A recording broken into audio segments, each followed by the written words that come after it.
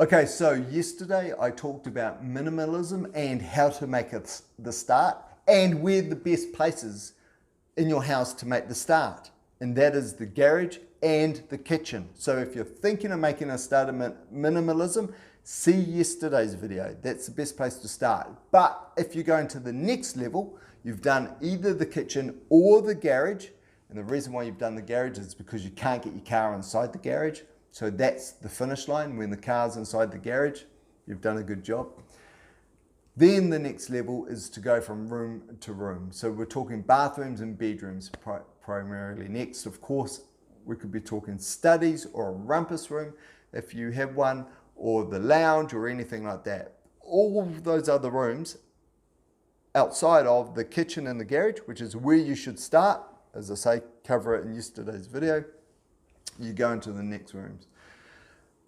The way you're going to apply the tidy up in those rooms to help minimize and get that step towards being a minimalist, and I talk in another video, I think 2 back, why being a minimalist, what it will give you in terms of benefits.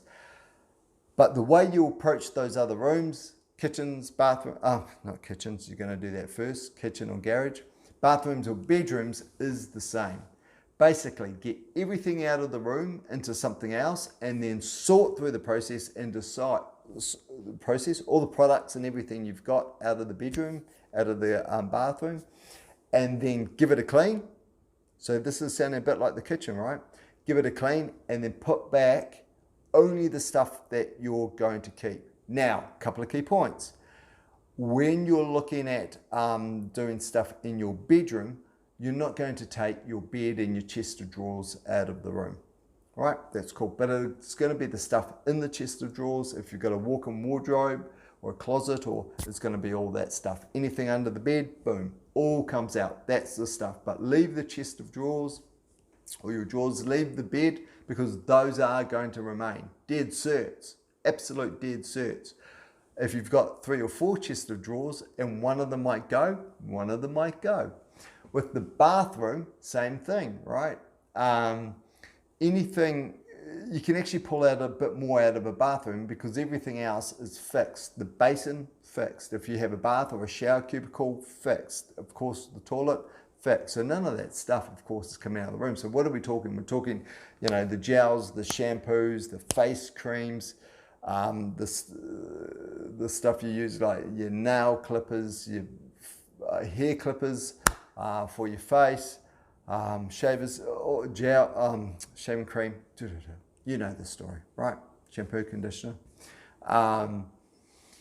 It all comes out of the room. And then you decide what goes back, and the rest you either donate or you get rid of. And that's it. How long are you looking at? Same thing, 1 to 4 hours, something like that. Don't be spooked about the 4 hours, because time flies and it feels so much better to walk back into that room later on that day. You can just feel the difference. It's just awesome. All those shampoos, don't lie to yourself, all those shampoos that you've got and you just don't want to throw out because you might use them later, and you know you won't because you keep buying another shampoo that you prefer, get rid of all that stuff. Have a couple of shampoos that you love. Have a couple of soaps that you love. Have a couple of tubes of toothpaste that you love.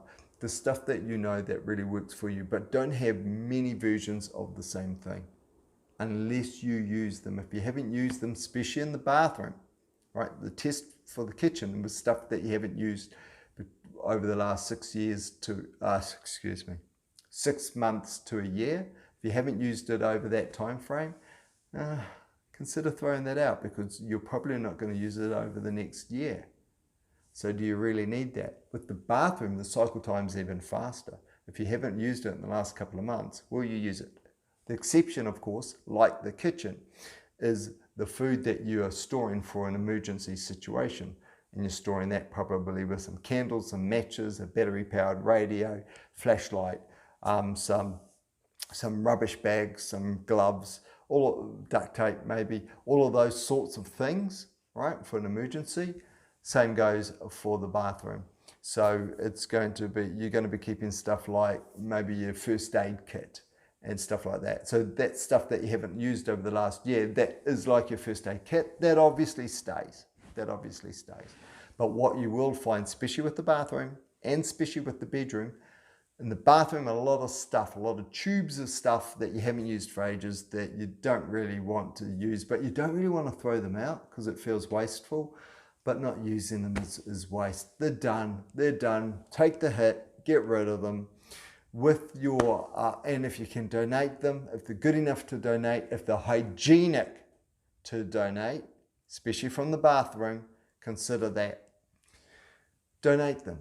If people need them, and they're hygienic and can be used from others, give them to others. Don't be that person though, for that stuff that you should be throwing out, you're donating that. Don't do that, because then the charity organization has to throw it out and sift through that. You know what you shouldn't be giving to charity organizations that they will end up having to throw into the trash. So don't be that person. I know you're not. Talking to others. Okay, in the bedroom, even more so, you can donate easier, because we're talking clothes and getting rid of a whole lot of clothes. Yeah, I know there's going to be quite a few pieces of clothing that you spent some good money on and you've only worn a couple of times in the last year. And the reason why you've only worn them a couple of times is because you don't know why you bought it. You bought it and you're like, why did I buy this thing, man? And if you could just click your fingers and get your money back and have that item gone, you would do that. But you don't like the idea of getting rid of that item because you're not getting the money back. Get that too, but suck it up. Sunshine, take the hit and do yourself a real favor and donate it to someone that it's going to mean something to. Donate it to someone. Gift it. I know you've only worn it twice. I know you spent a lot of money, but you don't really like it, do you? No, you don't. But it's going to mean something to someone else and you've already paid it. Throwing it out or donating it is not going to cost you any more money. You've already paid for it, so donate it. Get it going. So that's bathrooms, bedrooms, same thing with your lounge. Lounge is even easier unless you've got a lot of stuff in there. Now, I'm not talking about this. These rules aren't for someone who hoards stuff. And I know hoarders. My dad was a hoarder and just had a whole bunch of stuff. That is a psychological problem, and I'm not even touching that with the barge pole because I don't have the expertise to talk to that. But what I'm talking about is families, is households, just couples that have or even a single person that just has too much stuff. You've acquired too much stuff. So what is the strategy? So you're not a hoarder, you haven't got the psychological stuff that comes with that. So what are the strategies to free up all of that stuff? Because that stuff is weighing on you. That's the single biggest reason why you'd go to minimalism. And it's minimalism, I should have said this right at the start of the video before people clicked off, because minimalism is in context to yourself. You define what minimalism is for you. So it's not having just 27 items in each of the rooms in your house and you've got to get down to that magic number. No way. If you know you've got too much stuff now, then your definition of minimizing and being a minimalist, your definition might be just having half the stuff that you do now. And then in a year's time, it might be half again.